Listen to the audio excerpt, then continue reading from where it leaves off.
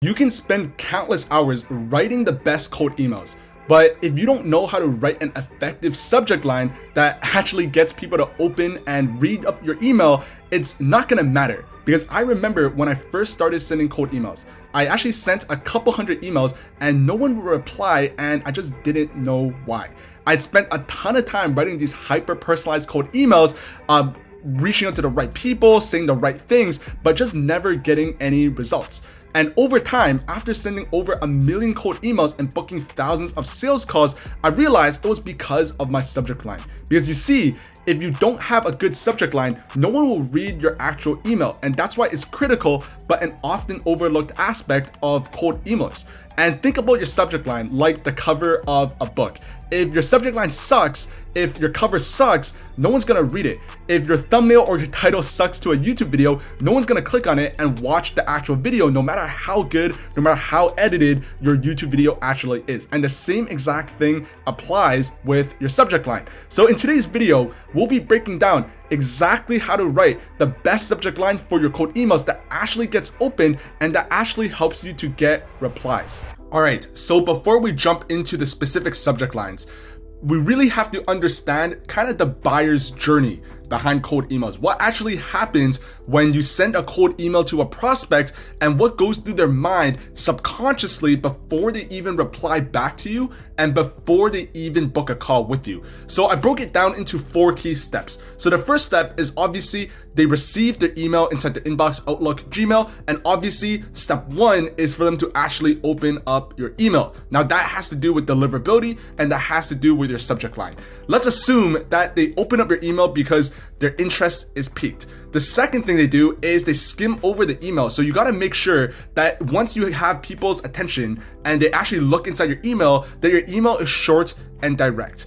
After they skim your email, assuming all of that checks out, the third thing they do is they actually just read it in detail, right? So they take a quick look for 5 to 10 seconds. If everything checks out, they go back and look at it in way more detail. They're investing a bit more time into understanding exactly what you do. And after they do that, because you have a strong offer, the step 4 is they go to your call to action. So what is the next step? What are you directing their attention and directing their traffic towards, right? And what I like to think about is how can you have a low friction call to action or some form of sales asset. So those are the 4 key steps that people take in their buyer's journey with cold emails, and in terms of what happens when you send a cold email out before people actually reply back to your email. Now, obviously, for the purposes of today's video, we are mainly focusing on step 1, which is how to get people to open up your email in terms of the subject line, right? So in terms of what makes a good subject line, there's really 5 key points.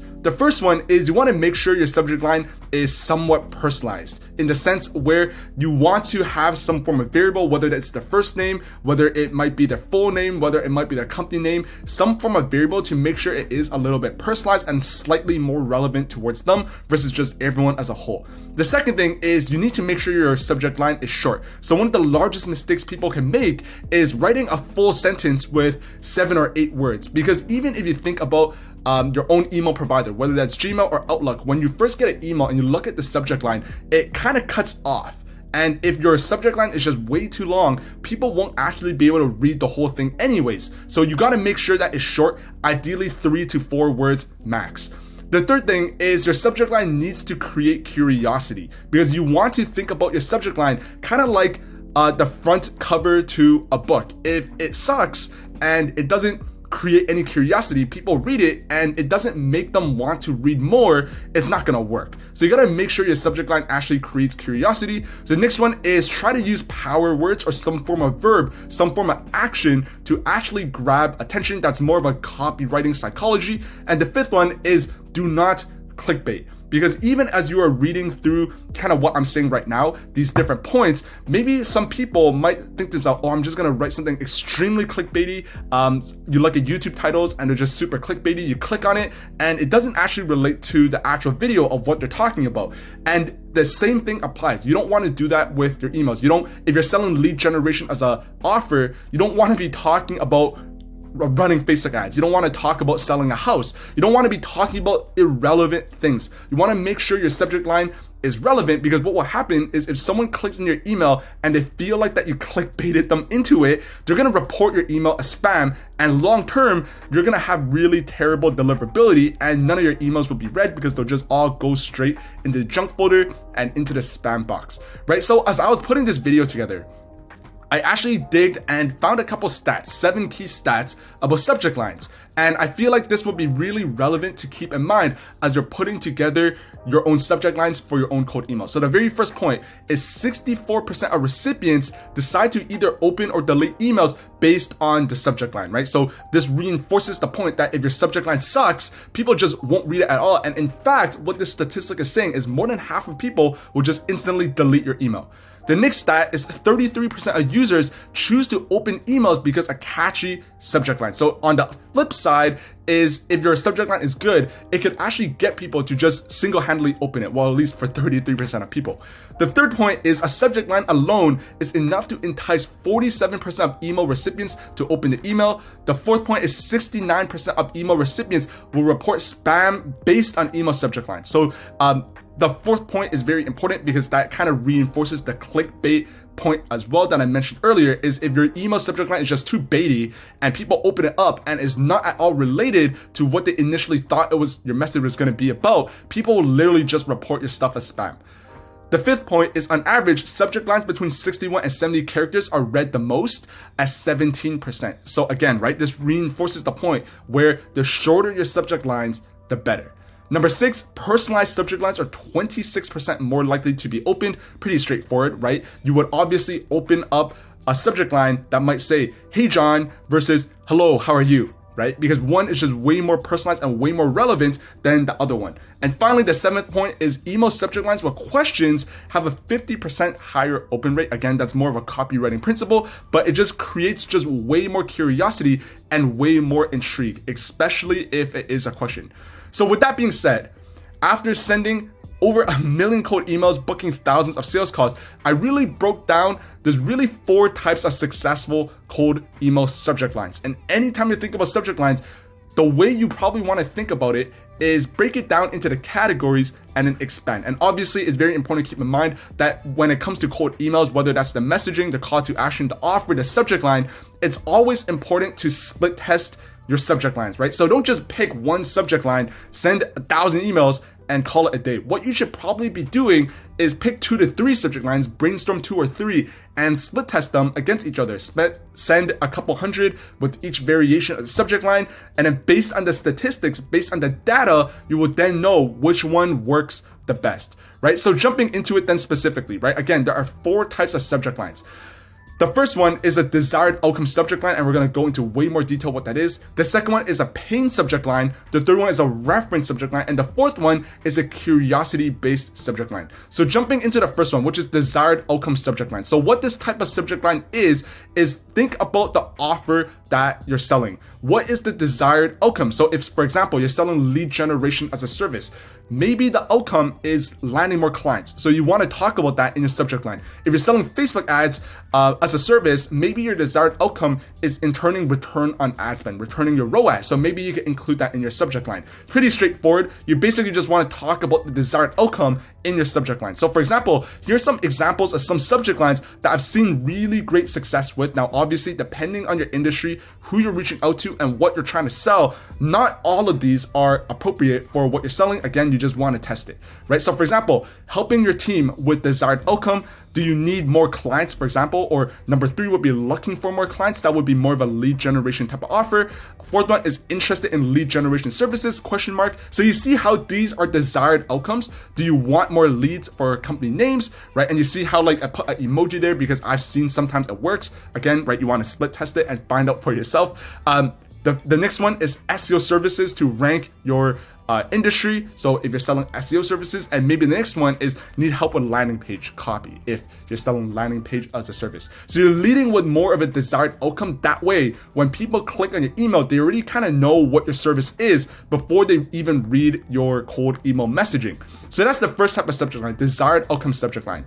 The next one is a pain subject line. So now that we understand your own service in terms of what is the specific outcome that people are buying, what type of problem does it solve? Because in order for people to actually buy anything, they need to understand and be aware that they have a problem or some form of challenge, and they feel like your service is the solution to the problem. So if we think about that and we kind of reverse that 180, what type of problems are people experiencing before they work with you? And you kind of want to call that out in your subject line, right? So another word for problem is pain, right? So think about that, right? So for example, examples of pain subject lines might be, are you having trouble with XYZ problem, right? If you're selling lead generation as a service or some form of sales service, you get lead with a subject line that might be, do you not have enough sales? Are you struggling with sales? Do you have low reply rates? Do you have high cost per leads with ads? Stuff like that, right? So you're thinking about problems and you're leading with that as a subject line. Now, what I will say is, when I have tested pain subject lines, they tend to not work as well for my own services, for my own lead generation services. However, when it comes to my own clients, I have had some really high performing cold email campaigns that did lead with pain subject lines. And you want to be smart with this because, again, you don't want to oversell your services. There is a thing in terms of marketing and sales where you're overselling, you're just doing way too much. And you want to be careful with it where you're not kind of just being too salesy. Right? Because if you're too salesy and you kind of just exaggerate the pain points that people have, it's actually going to turn off the audience, turn off your prospects way more than not using a pain subject line at all. So make sure you're being smart about how you're using the pain subject lines. Talk about generalizations and try not to over exaggerate the problem. The next one is some form of reference subject line. So these type of subject lines work really, really well, but it also requires a deeper level of research. Because when it comes to reference subject lines, what it means by reference is referring to something about them. Whether that is a podcast interview that they maybe went on, maybe the company just recently hit a milestone, maybe they just recently won an award, whatever the case is, essentially what you're doing with a reference subject line is you're calling that out. And these work extremely well. Probably the highest performing type of subject lines, although it actually does require more time because you can't it's very hard to just scrape a leads list off of LinkedIn or off of Apollo and be really relevant with this. Because the only reason this type of subject line works really well is because they're really personalized in terms of the person you're reaching out to. So for example, an example of it is, let's say you find a company that you're trying to reach out to and you find out that they are a startup and they are in Y Combinator. You could lead with that. You can say, congrats on making Y Combinator class of 2024, something like that. But do you see how that wouldn't be relevant to every single startup in the world? Because not every single startup is on Y Combinator. You would probably have to scrape a leads list of startups in Y Combinator, or you have to go very specific and find these people one by one. The next one might be enjoyed your podcast on the Nelk Boys or enjoyed your podcast on Joe Rogan. So again, you see how this is pretty specific and it's not really applicable to just every single person that you might scrape off of LinkedIn or Apollo. The next one is congrats on case study. This is a really good one that I like to use. So what I've done in the past for some of my own clients and cold email campaigns is I would build my leads list and I would find case studies and I would call that out. So I'd say something like, congrats on your case study with Meta. Congrats with your case study with Google, right? Something like that, because it's very personalized. So again, do you see how you need more research for this? Or even another one might be congrats on new role at company name. So this works really well if you're using really different types of personalization. So for example, if you're using tools like Clay, where you're able to pull these different informations and these different data variables out of your leads list, you're able to call that out. But reference subject lines, some of the top performing subject lines I have ever used, although it is very relevant and very personalized, and it doesn't work for every single person. Now, finally, the fourth type of subject line is curiosity type of subject lines. So these are probably the most popular type of subject lines. When people think about subject lines, or if you've ever received cold emails, there's a very strong chance that a lot of your subject lines are some form of curiosity-based subject lines. A lot of these are some form of question.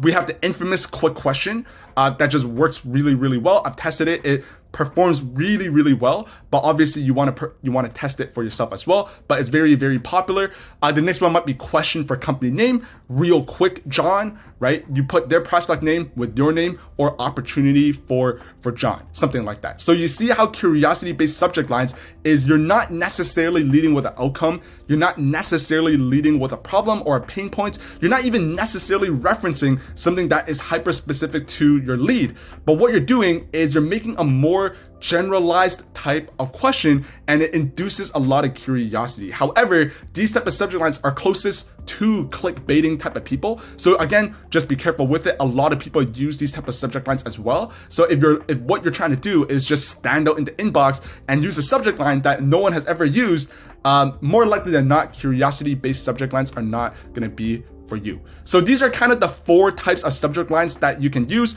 Again, make sure whenever you're using cold emails, writing cold emails, sending cold emails, you're split testing 2 or 3 of these subject lines rather than just picking one and calling it a day, because at the end of the day, every single industry is different. Every single prospect list is different. Every single offer that you sell is also different. And what works for one specific industry and one specific type of offer may not necessarily translate to other types of offers and other types of industries. So that's pretty much the video. If you like this video, make sure you drop me a like, make sure you drop me a subscribe, and I'll see you in the next video. See ya.